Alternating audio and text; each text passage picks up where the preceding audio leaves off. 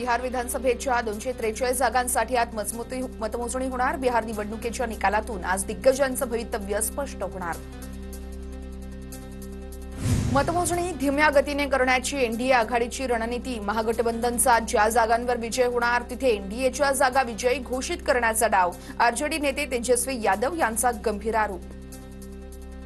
सरकारमधून बाहेर पडून बाहेरून पाठिंबा देऊ अजित पवार वर्षावरती बोलले। वर्षा बंगल्यावरील बैठकीत अजित पवार यांनी भूमिका घेतली। अंबादास दानवेंचा दावा।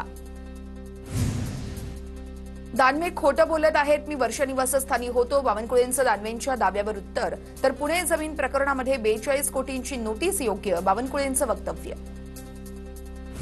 मुख्यमंत्र्यांच्या हस्तक्षेपाशिवाय पार्थ पवार या प्रकरणातून वाचू शकत नाहीत। अजित पवारांच्या सुपुत्राच्या खिशाला चटका बसू नये ही जबाबदारी मेवा भाऊंनी बावनकुळेंना दिली आहे। अंबादास दानवेंची टीका।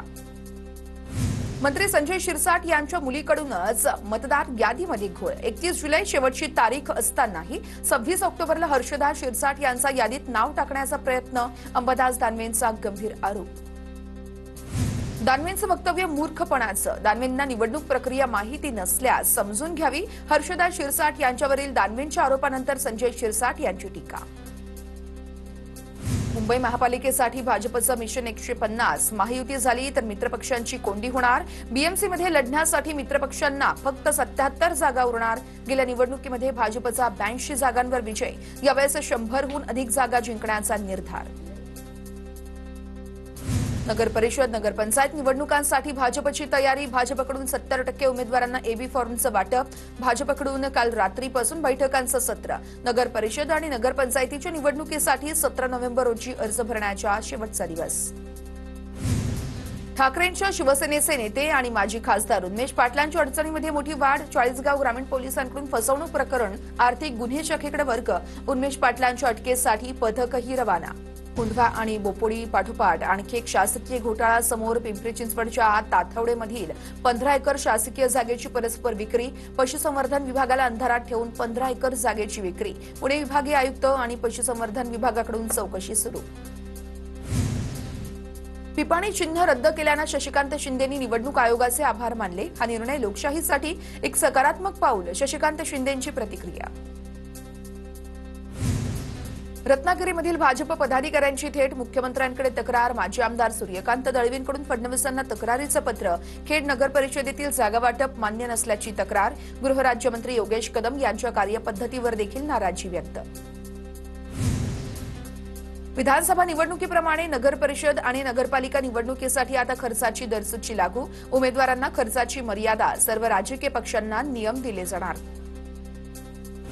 अमरावतीमधील इस्लामिक इन्फॉर्मेशन सेंटरच्या बॅनरची चौकशी करा। पालकमंत्री चंद्रशेखर बावनकुळेंचे पोलीस आयुक्तांना आदेश। दोषींवर तातडीनं कारवाई करा असं म्हणत बावनकुळे यांनी पोलीस आयुक्तांकडे अहवाल मागवला।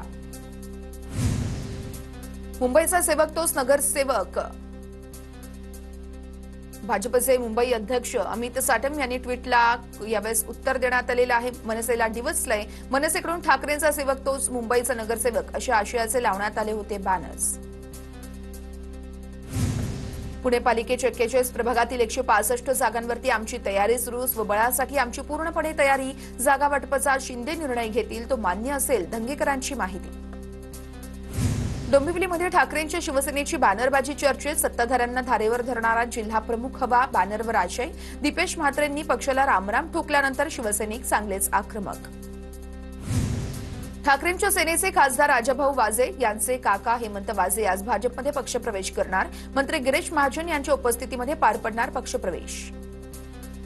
रायगडच्या कर्जत खोपोली माथेरमधील अजितदादांच्या राष्ट्रवादीचे उमेदवार ठरले। कर्जतमधून पुष्पा दगडे, खोपोलीमधून डॉक्टर सुनील पाटील तर माथेरानमधून अजय सावंत यांना उमेदवारी। रत्नागिरीच्या देवरुख पंचायत समितीसाठी मवियाकडून 14 उमेदवारांची घोषणा। देवरुखमध्ये मवियासोबत वंचित आणि जनता दलही लढणार। सोलापूरच्या करमाळ्यामध्ये शिंदेंच्या शिवसेनेकडून जयवंतराव जगताप यांची प्रभारी म्हणून नियुक्ती। जयवंत पवार हे शिंदेंच्या सेनेचे माजी आमदार। नगरपंचायत नगर परिषद निवडणुकीच्या उमेदवारांसाठी नामनिर्देशन पत्रासोबत वेबसाईटवरती कागदपत्र अपलोडची आवश्यकता नाही। नामनिर्देशन पत्रासोबत कागदपत्र निवडणूक अधिकाऱ्यांकडे देण्याची मुभा। शनिवारी 15 नोव्हेंबरला उमेदवारी अर्ज दाखल करता येणार।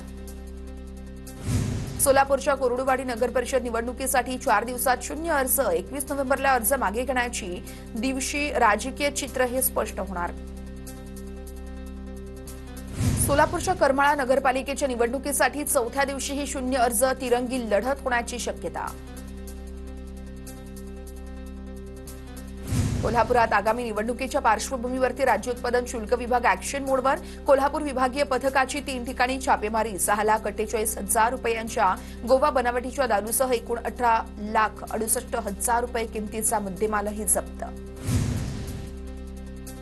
लातूरच्या तहसील कार्यालयामध्ये अतिवृष्टीमुळे नुकसानग्रस्त कुटुंबियांसाठी या आंदोलन. अतिवृष्टीमुळे झालेल्या नुकसानीची भरपाई न मिळाल्यानं कुटुंब आक्रमक. पुण्यातील वडगाव बुद्रुकमध्ये खडकवासला जलसंपदा विभागाची अतिक्रमणांवरती धडक कारवाई. कारवाईमध्ये कोट्यवधी किमतीची सरकारी जमीन मोकळी.